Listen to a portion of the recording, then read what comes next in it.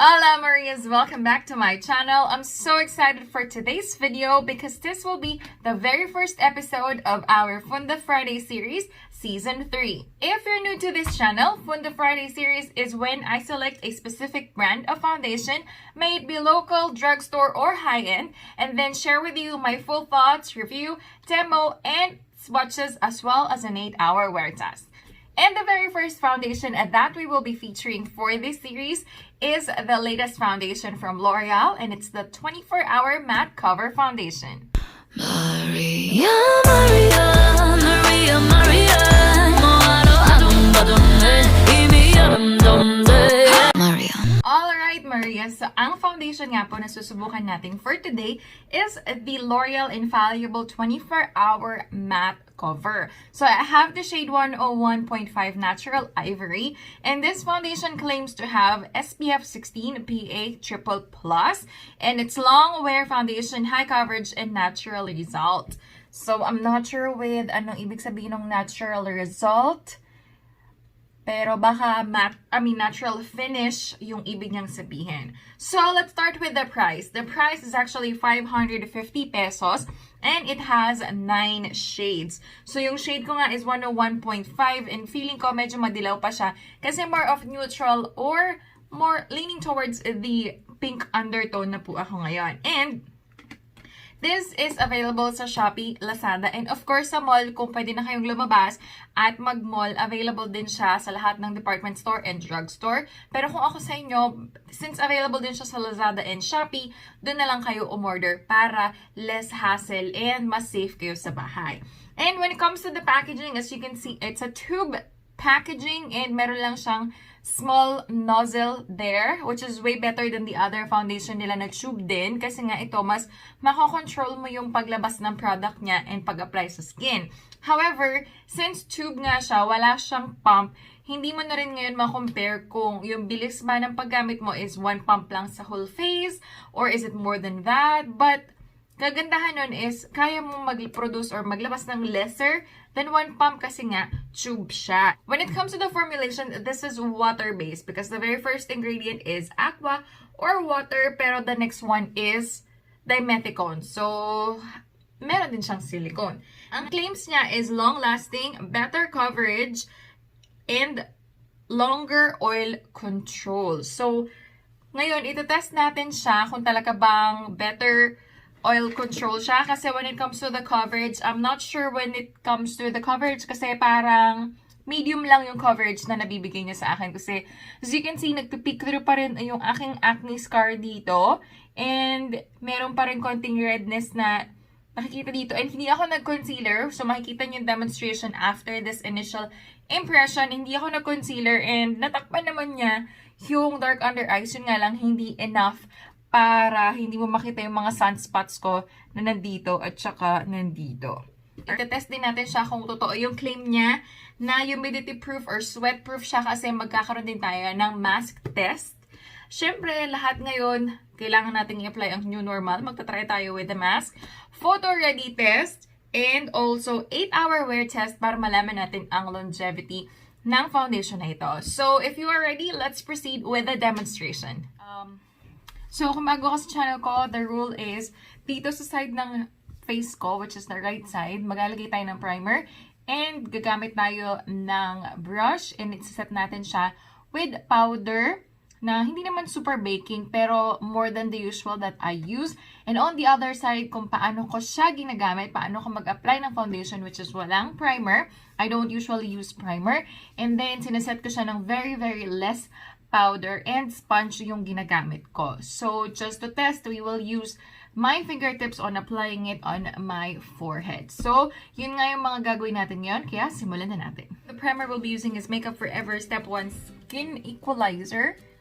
Yan. And ilalagay lang natin yan on one side of my face. So, maglalagay lang tayo dun sa mga areas na kinakailangan, which is dun sa medyo enlarge yung pores. And dun lang tayo maglalagay para mabase natin kung may difference. Kasi dun lang naman mas obvious yung texture ng skin ko. May pores na area. And dito din may pores. Yung face ko nga pala, skin type ko is combination to oily. I have areas of my face that has dry patches but mostly oily, especially on my nose. So, meron siyang plastic seal. Tanggalin lang natin. Hindi yung entire area ha, just half of it. And then, wala namang nakalagay shake well before using. Sana tama yung shade ko. And then, ito yung kanyang nozzle. Yan, this is better than the other tube type. So, I'm not sure how I'm gonna measure it. Siguro, isang bilog. Na ganito, we'll consider it 1. So, apply natin siya using this applicator muna. Yan, isang bilog muna. And then, another bilog. I'm not sure if that's a good way to measure it. Lagyan mo na siya ng brush. Bali, dalawang bilog sa isang side. And then, buff natin. Madali naman siyang i-blend. Wala siyang... Meron siyang konting amoy, in fairness. So, I'm using my camera as my mirror. I also have here, down here, para mas malapit. So, I think coverage-wise, this is medium. And nag-dry na siya agad. I mean, medyo basa-basa pa siya, pero it's like powder matte. It has powder matte finish. It dries to powder matte. Feeling ko kulang pa yung dalawang bilog. Lagyan pa natin na another bilog. Konti-konti lang kasi hindi naman natin alam kung full coverage ba siya. Or, I don't know. Kasi wala nga pump. That's one thing. Kapag walang pump, squeeze tube. Although mas travel-friendly siya. Yun nga lang. Wala tayong basihan kung one pump na ba yung nilagay ko or hindi ba. I think I have the perfect match 101.5 na natural ivory. I have neutral undertone. So kung pareho kayo, NC25 and MAC reference and 101.5 is your shade. Now, ayan, medyo medium coverage na siya on that side, nga on the other side. So, tatlong bilog yung gagawin natin para pareho, para fair. 1, 2, 3. Ganito yung tatlong bilog. So, I think yung tatlong bilog is one pump, regular pump. So, ngayon, gagamitin natin a sponge on my other side of the face. Ganon din, i-apply din natin ito para fair. And then, walang primer.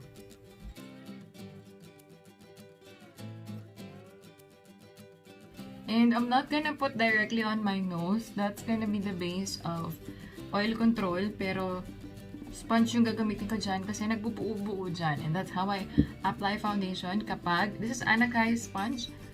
Kapag nagbubuo, whenever I'm using foundation, I normally apply it the last. And ang mangyayari, hindi siya naman nagkikik. Alright, so definitely mas sheer out kasi kita ko pa yung nagpipikit pa yung redness. So, dapat mas magandang coverage. Dapat gumamit kayo ng brush kung gusto nyo mas fuller yung coverage. Sponge kung gusto nyo sheer out. I think, para magpantay, lalagyan ko pa ng isa pang bilog. And I'll let it set a little. Hindi naman set. I'll let it stay for about 15 seconds before ko siya i-blend ng sponge. Para hindi masip-sip ng sponge. Alright. So, by the way, yung kanyang coverage is medium. I think, pwedeng i-full pero marami ng layer yung mangyayari para ma-full mo siya. And it's good enough to cover your light blemishes, yung hindi sobrang matingkad. Dito yung sides of the nose, and then yung mga broken capillaries sa gilid ng labi at sa gilid ng cheeks. It's good enough to cover that. So, sponge na ulit tayo dito. Alright, I think pantay na yung coverage ng ganito. Siyempre, alam naman natin, mas full coverage kapag brush, mas sheer out, and mas natural yung coverage kapag sponge. Pero, para magpantay sila at mas even yung ating comparison, ganyan. Yun na, meron akong ditong dry patch. So, medyo nag-settle siya ng konti.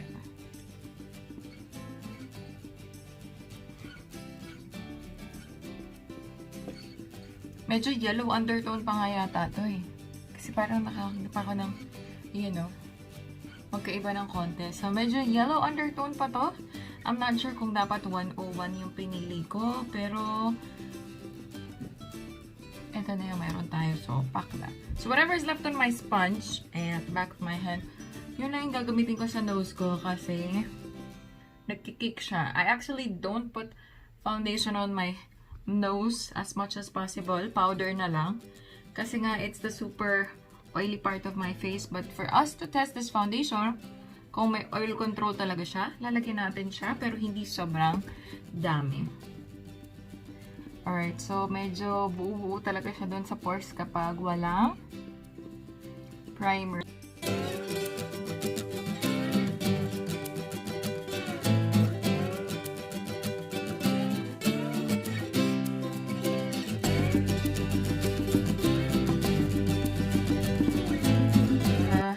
Ating forehead gamit ang fingertips.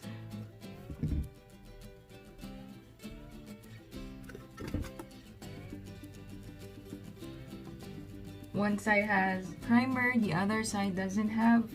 So makikita din natin yung difference. Okay naman, blendable naman siya ng fingertips lang. Walang problema. So for setting up with powder, I'll be using my Shiseido Translucent Loose Powder. And on this side of my face, alright, medyo baking ng konti. Hindi naman sobrang dami. Ganyan lang. Kasi yun yung ginagawa ng maraming tao. And on the other side, kung ano yung ginagawa ko. Normally.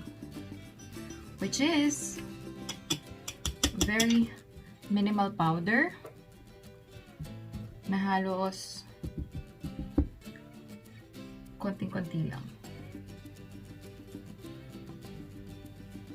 And sineset ko lang yung kailangang iset.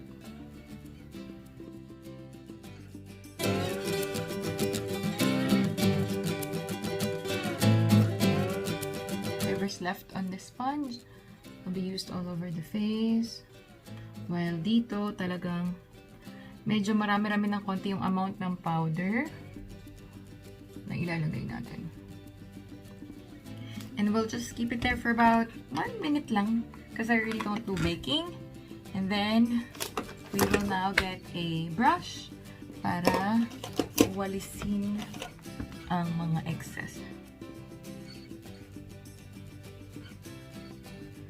Check-in will be in the next 2 hours. So we will try to wear this for 8 hours and give you my full thoughts of wear test after that. So I'll now show you how it looks like in natural lighting and on an HD camera. So let's do that. Alright, this is how it looks like in natural lighting. Again, it is 3:30. And on this side, gumamit tayo ng sponge at hindi tayo nag-primer. And then, regular setting of powder. While on this side, gumamit tayo ng primer and brush yung ating ginamit for application. Sana nagfo-focus. Ayan. And dito, walang primer. Foundation lang na very, very less. And on my forehead, fingertips yung ginamit without primer, with primer. And dito, slightly baking yung ginawa nating pagsaset. So, this is how it looks like. Yung shade niya, I think it's a little darker than me or more yellow toned than pink undertone, pero tsaga-tsaga na lang. So, ayan. So, it's a medium coverage and I will do an 8-hour wear test. I'll see you guys later. It's now been 3 hours, 6:30. And parang kalalagay pa lang ng foundation ko. Sabi nga ng helper ko, akala niya kakalagay ko lang ng foundation right now. So, wala pang anything na nagbabago. Oiliness, wala pa. Yung shine na yan, nandito sa taas, is parang it's about to peek through. Pero shininess pa lang siya. Wala pang oil. Hey guys! We are already on our 5th hour mark. And siguro dahil umuulan, kaya plakado pa rin siya. As in, very, very minimal shininess ang nakikita niyo yung sa nose ko. I will insert an HD version. At, ayan o, sobrang kinis. Ayun, meron na medyo minimal shininess on the 5th hour, which is definitely not bad. Although, yun nga, umuulan kasi, kaya hindi natin masabi kung talaga bang yun yung effect niya. Pero, update lang guys, it's on the 6th hour, and, grabe, amoy kusina ako, amoy prito. So, nagprito ako for about 20 minutes ng pagkain namin. And nadarang ako ng bongga sa apoy. Kaya ayan, medyo shiny na yung entire nose ko. So siguro, yeah, super shiny na siya. Meron na siyang oil talaga. As in, nakalabas na. So on the 6th hour, if you have oily skin, you have to start blotting. Super oily skin, 5th hour pa lang. Kailangan mo na mag-blot. So, I'm not gonna blot kasi I wanna show you how it will look like without blotting, without retouching at the end of the day. So, ayun lang. 6th hour, yung oiliness lumalabas na talaga kasi na-expose nga sa init, which is the normal temperature here, weather here in the Philippines. So, the rest, sobrang parang natural siya.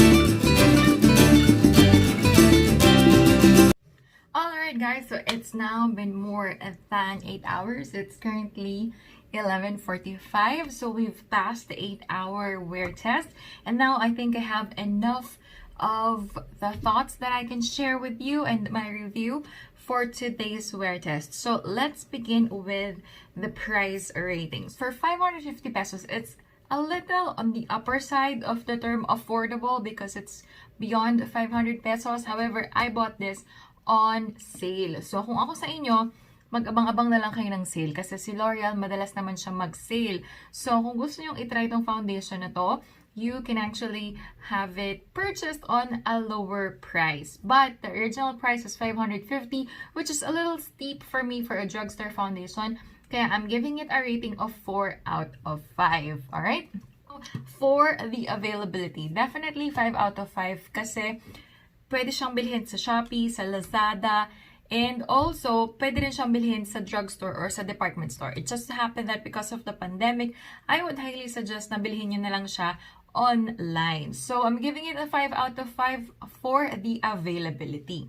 For the packaging, so it doesn't have a pump, but the fact that this has a better nozzle or dispenser than the other L'Oreal Infallible foundation, I think it's forgivable kahit wala silang pump because it's also travel-friendly dahil nga tube siya and squeezy tube yung itsura niya. So, I'm giving it a 4 out of 5 because it could have been better if there's a pump, but still, 4 out of 5 for me is a good rating. For the shades of this foundation, it comes with 9 shades. So, I think for a drugstore foundation, that's good enough. Although, itong pinakamaputi nilang foundation na na-release dito sa Philippines is a bit darker for my shade kasi much yellow siya compared to my actual undertone, which is more on the pink side. Pero forgivable naman siya. Pwede naman siyang i-correct ng powder. Pwede na rin, pero it could have been better kung meron silang much lighter shade than 101.5. So for the shades, I'm giving it a 4 out of 5. For the formulation, I think it is water-based, pero yun nga, meron siyang silicone. So it's a mix of both, but it's not watery. So if you're gonna check the texture closely, para siyang water-based, pero it dries into a powder matte. Kaya siguro dahil din yun sa silicone content niya. But it is really super thick, not mousse type, but thick when it comes to liquid foundation type, and it dries fast. So you only have a very little window to blend it on your face. So I would suggest blend it on one side first before you move on to the other side of your face para mas madali mo siyang ma-apply, hindi yung namumuo-muo na siya bago mo siya i-spread. So for the formulation, I'm giving it a 4 out of 5 also kasi yun nga, tulad niya, naset na siya, wala ka na magagawa. Hindi mo na siya mamove. Ayan, set na siya dyan. Eh, nakita mo yung marka? Hindi na siya mamove. Saglit na saglit lang yun. So, for the formulation, I'm giving it a 4 out of 5. Long-lasting, better coverage, and longer oil control is the claims of this foundation. Let's go through it one by one. Long-lasting, I think it's a 5 out of 5 for me because 8 hours na siyang nasa face ko, and para pa rin akong bagong pulbo. I don't know if it has something to do with the fact na hindi masyadong mainit ngayon, pero nagluto kasi ako and tumambay ako in an area na hindi ako nakapag-electric fan para lang talagang masubukan ko kung ito ay humidity proof and heat proof or sweat proof. So yung area ng face ko, which is yung nose ko, na yun lang talaga yung mostly oily, yun lang yung nag-oil up. But the rest of my face, super powder dry pa rin siya. As in, ayun no, talagang walang nagto-transfer sa fingertips ko. As in, dito lang talaga siya sa nose.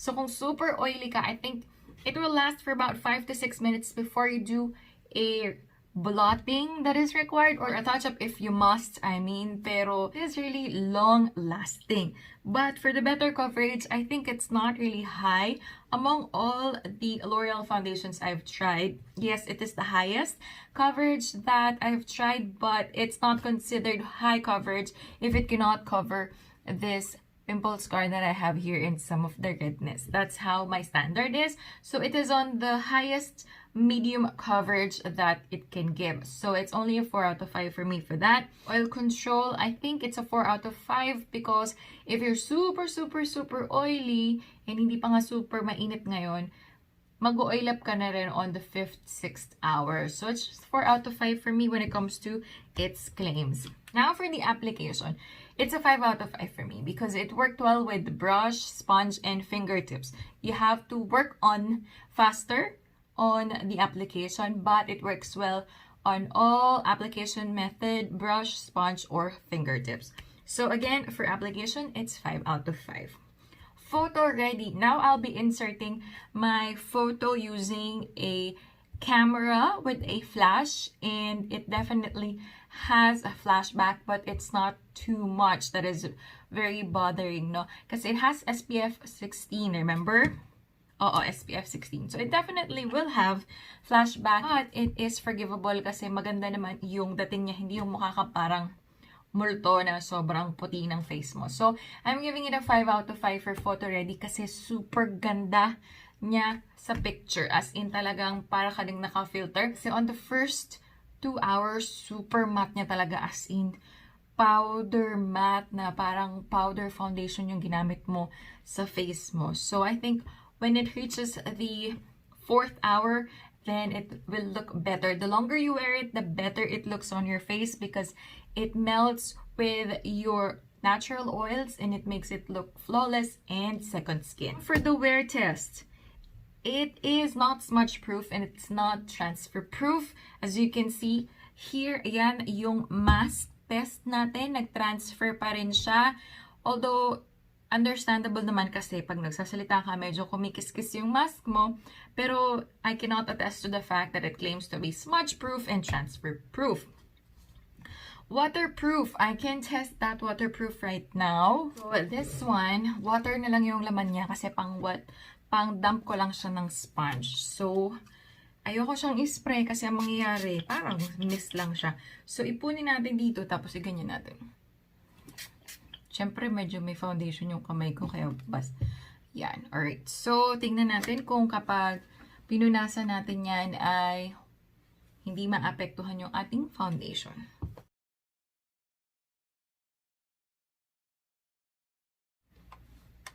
In fairness, yes, waterproof siya. Kung yung halimbawa mauulanan ka lang or may tumalsik lang sa na water, yes, it's waterproof.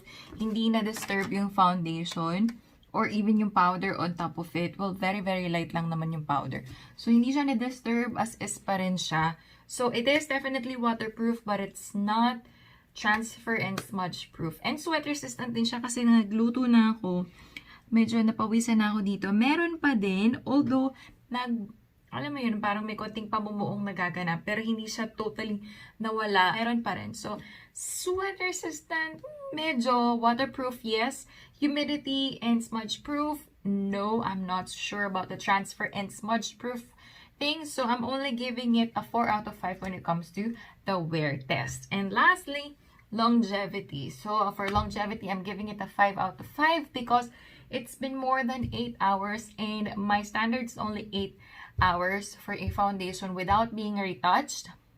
Kasi it's a full shift, it's a full school hour, 8-hour time. So, it's basically the standard for me. If you go beyond 8 hours, that's something that is already an advantage or bonus points for a foundation to last longer than that before it needs to be retouched. But right now, kahit nag-blot lang ako, pwedeng-pwede pa rin yung foundation na to without the need for retouch.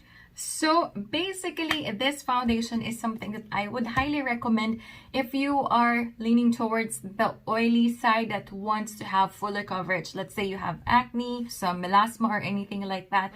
Who doesn't want to use a separate concealer because it can build up to full coverage with several layering. So, kung ayaw mong bumili pa ng separate na concealer, then this one is good for you. But, is this the best foundation out there? It's not likely to be the best foundation for its price, but it is definitely a must-try if you have the budget and if you're looking for a foundation that is photo ready and with a good coverage. So, that is it for my review ng L'Oreal Infallible 24 Matte Cover. And I hope nakatulong to for you to decide whether or not you want to try this foundation. I know this is not new anymore in the market, but I think there's only few reviews that I've seen with this foundation and that has a proper wear test. So that's it for today, and I hope to see you on the next episode of Funda Friday. Thank you so much for watching. Bye!